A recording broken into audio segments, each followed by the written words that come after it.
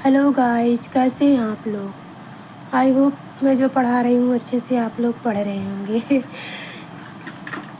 तो चलिए कारक द्वितीय विभक्ति में आज हम लोग अगले सूत्र को पढ़ेंगे। इसके पहले के सूत्रों को हम लोगों ने अच्छे से पढ़ लिया है। अगर आप चैनल पर नए हैं तो चैनल के प्लेलिस्ट पर जाकर देख सकते हैं। इसके पहले के सूत्र को गौड़े कर्मणि दुह याद ये वाला हम लोगों ने अच्छे से कवर कर लिया है। डॉक्टर बाबूराम सक्सेना संस्कृत व्याकरण प्रवेशिका में आज हम लोग अगले सूत्र को देखेंगे। तो फ्रेंड्स, जैसा कि मैं अपने चैनल पर जितने भी इसमें कारक में सूत्र हैं और एक एक सूत्र को मैं अच्छे से एक्सप्लेन करके मैंने बताया हुआ है। प्लेलिस्ट में जाकर ज़रूर से ज़रूर आप लोग देखिए। चलिए देखते हैं अगला सूत्र। गति बुद्धि प्रत्यय वसनार्थ शब्द कर्म अकर्मकाणाम अणि कर्ता सड़व। ये कर्म संज्ञा विधायक सूत्र है। तो इसका अर्थ है ऐसी धातुएं जिनका अर्थ जाना हो, जैसे गम या ईड़ आदि। ये सब जो है गत्यार्थक धातुएं हैं। और है तो इस सूत्र में भी है कि गति यानी गति करना, तो गति का ये उदाहरण हो गया। और दूसरा है ऐसी धातुएं जिनका अर्थ कुछ समझना या ज्ञान प्राप्त करना है, तो ये बुद्धि का उदाहरण हो गया। जैसे बुद्ध मतलब जानना, ज्ञा मीन्स जानना, विद मीन्स जानना आदि। अब है ऐसी धातुएं जिनका अर्थ खाना हो, तो प्रत्ययवचनार्थ मतलब खाना, जैसे भक्ष भुज आदि। फिर ऐसी धातुएं जिनका कर्म कोई शब्द हो, जैसे पठ पढ़ना, उच्चर यानी बोलना आदि। तो ये हो गया शब्द कर्म के अंतर्गत ये आएगा। और ऐसी धातुएं जिनका कोई कर्म ना हो, जैसे उत्तिष्ठ मीन्स उठना, आस बैठना आदि, तो ये अकर्मक धातु हो गई। इनका साधारण दशा आड़िजंत में जो करता रहता है वह हड़िजंत अथवा प्रेरणार्थक में कर्म हो जाता है।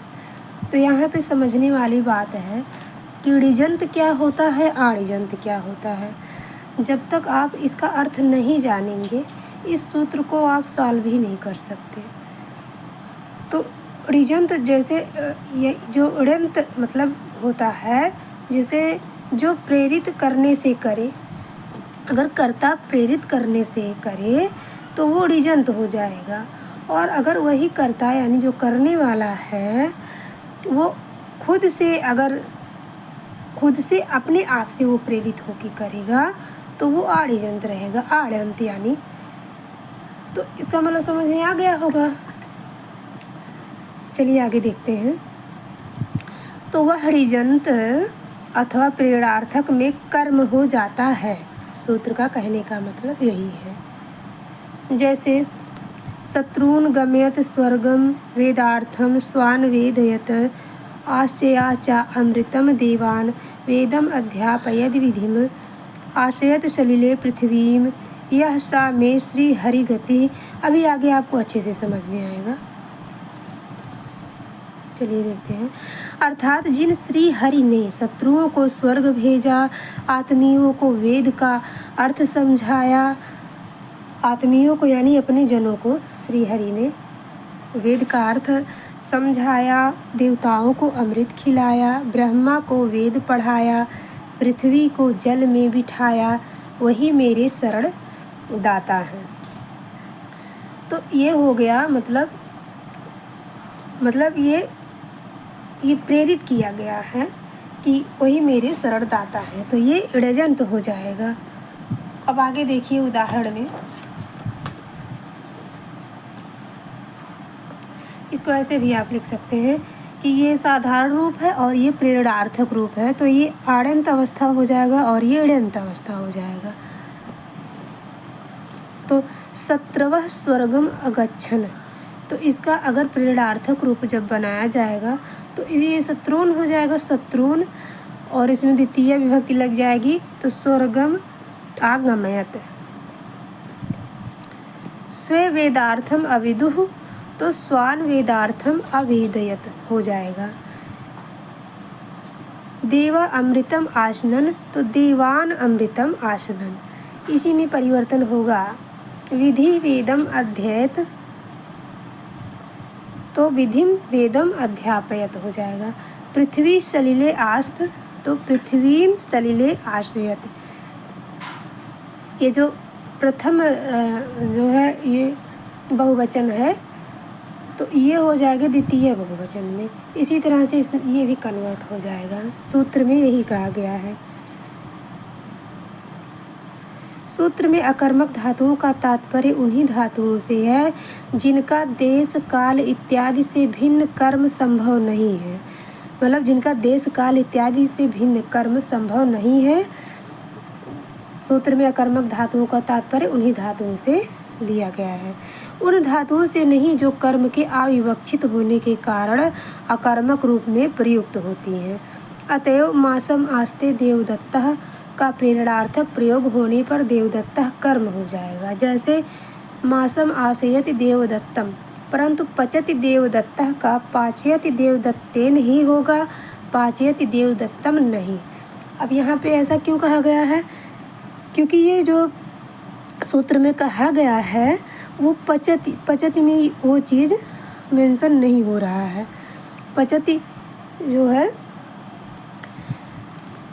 जो है ना तो गति से संबंधित है ना ही बुद्धि से संबंधित है, यानी जो सूत्र में कहा गया है वो इसमें लागू नहीं हो रहा है। अब है सूत्र में अणि अर्थात अणिजंत का ग्रहण करने का तात्पर्य यह है कि यदि अणिजंत का कर्ता भी किसी अन्य से प्रेरित होकर प्रेरित करता है तो वह कर्म अर्थात द्वितीयांत नहीं होगा। यानी कि अगर अन्य किसी से प्रेरित हुआ रहेगा, जब खुद से प्रेरित हुआ रहेगा जो कर्ता, वही जो है उसी में द्वितीयांत वही वर्ण होगा, अपितु तृतीयांत ही प्रयुक्त होगा। यानी उसमें तब तृतीया लगेगी अगर वो किसी अन्य से प्रेरित होकर कार्य करेगा। जैसे गच्छति यज्ञदत्ता, यदि इस वाक्य का कर्ता यज्ञदत्ता देवदत्त से प्रेरित होता है तो वह कर्म होकर द्वितीया में रखा जाएगा।